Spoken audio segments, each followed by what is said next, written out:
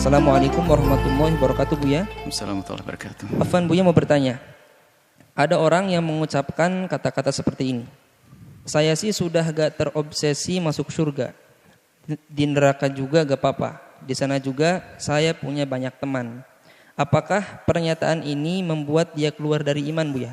Mohon nasihat untuk kami semua, Buya, cara menghadapi akhir zaman yang penuh dengan fitnah ini, Buya. Terima kasih. Bismillah. Jika yang mengucapkan itu adalah ahli la ilaha illallah, maka kita ucapkan innalillah. Karena itu bencana besar. Dan hendaknya kita tidak terima dan sedih.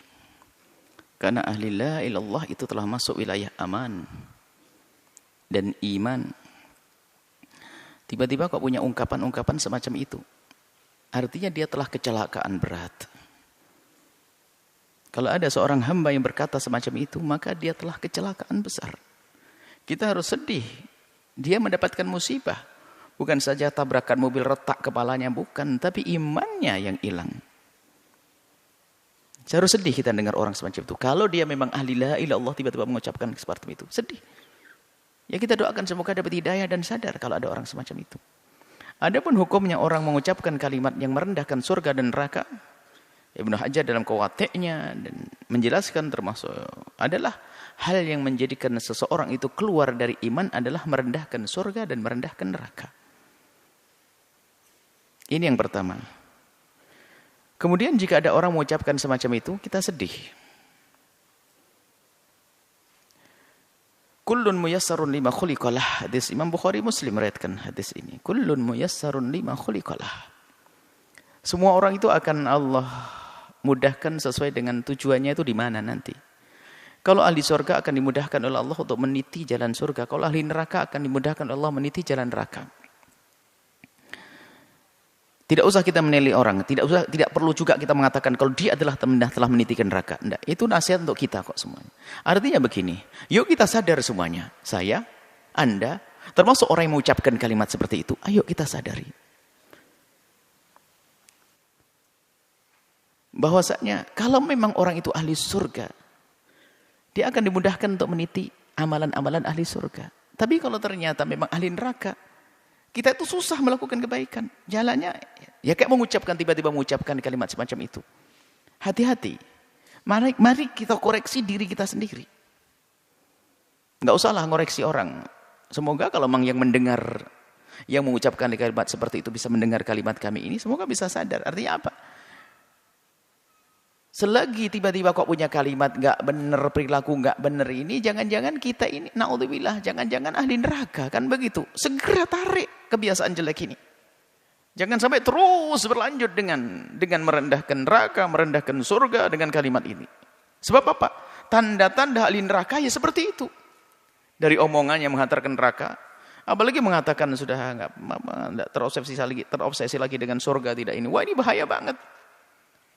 Artinya ya, cuman kita tidak boleh menunjuk di ahli neraka, akan tapi siapapun yang punya perilaku, ungkapan semacam itu, ini artinya adalah muyassarun, dia dimudahkan menuju neraka, kalau memang tempatnya adalah tempatnya neraka. Na'udzubillah.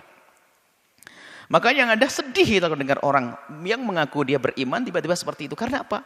Dia lepas. Dan berrel kemuliaan dia telah lepas. Ini kemudian selanjutnya. Sangat berbahaya sekali jika ada orang sudah tidak percaya dengan hari pembalasan. Bahaya sekali. Dan Anda pun jangan bergaul dengan orang yang semacam itu. Karena urusan Anda dengan dia hanya untuk kepentingan dia saja di dunia. Karena dia tidak pernah berpikir kemaslahatan nanti di akhirat. Sehingga dia mungkin berbuat apa saja. Apalagi yang merendahkan neraka. Siapapun kalau sudah menganggap neraka bukan sesuatu yang menakutkan. Bukan menganggap bahwasanya di situ ada murka Allah.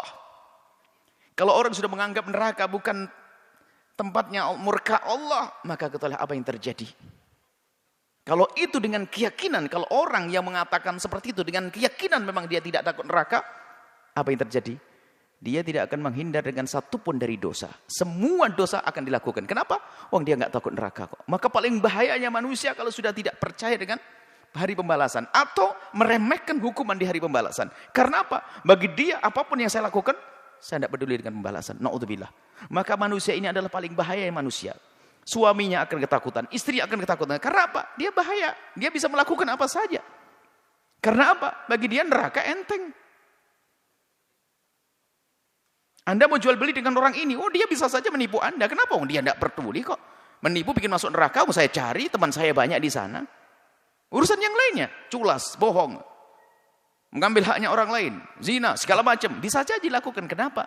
Karena dia sudah tidak peduli dengan neraka. Bahaya sekali manusia semacam itu. Makanya hendaknya jika ada orang semacam itu, ya kita tolong, kita sadarkan. Bahaya sekali itu. Dan ini nggak perlu orang semacam itu perlu kita bela, kita na'udzubillah. Justru cara membelanya adalah yuk kita ingatkan, saudaraku kalau tidak laki-laki, saudariku, ayo jangan lakukan itu, bahaya itu. Dan orang ini sudah bayangkan, kalau orang masih percaya dengan hari pembalasan, ada hitungannya nanti di akhirat, ada pertimbangan ya. Kalau aku melakukan nanti dibalas, melakukan nanti dibalas oleh Allah. Dia akan ada remnya. Tapi kalau sudah nggak takut dengan neraka, tidak punya rem sama sekali. Bahkan juga tidak ada kerinduan melakukan kebaikan. Kenapa? Dia nggak peduli dengan surga kok. Mau melakukan kebaikan nggak ada. Saya akan berbuat baik kalau dia ada keuntungan buat saya sekarang. Makanya apa yang dilakukan? Pamrih semuanya. Tidak akan tulus dia. Maka bahaya orang semacam ini. Na'udzubillah. Maka ayo kita doakan jika ada orang-orang semacam ini. Semoga Allah memberikan hidayah. Sedih kita. Bahaya sekali duduk.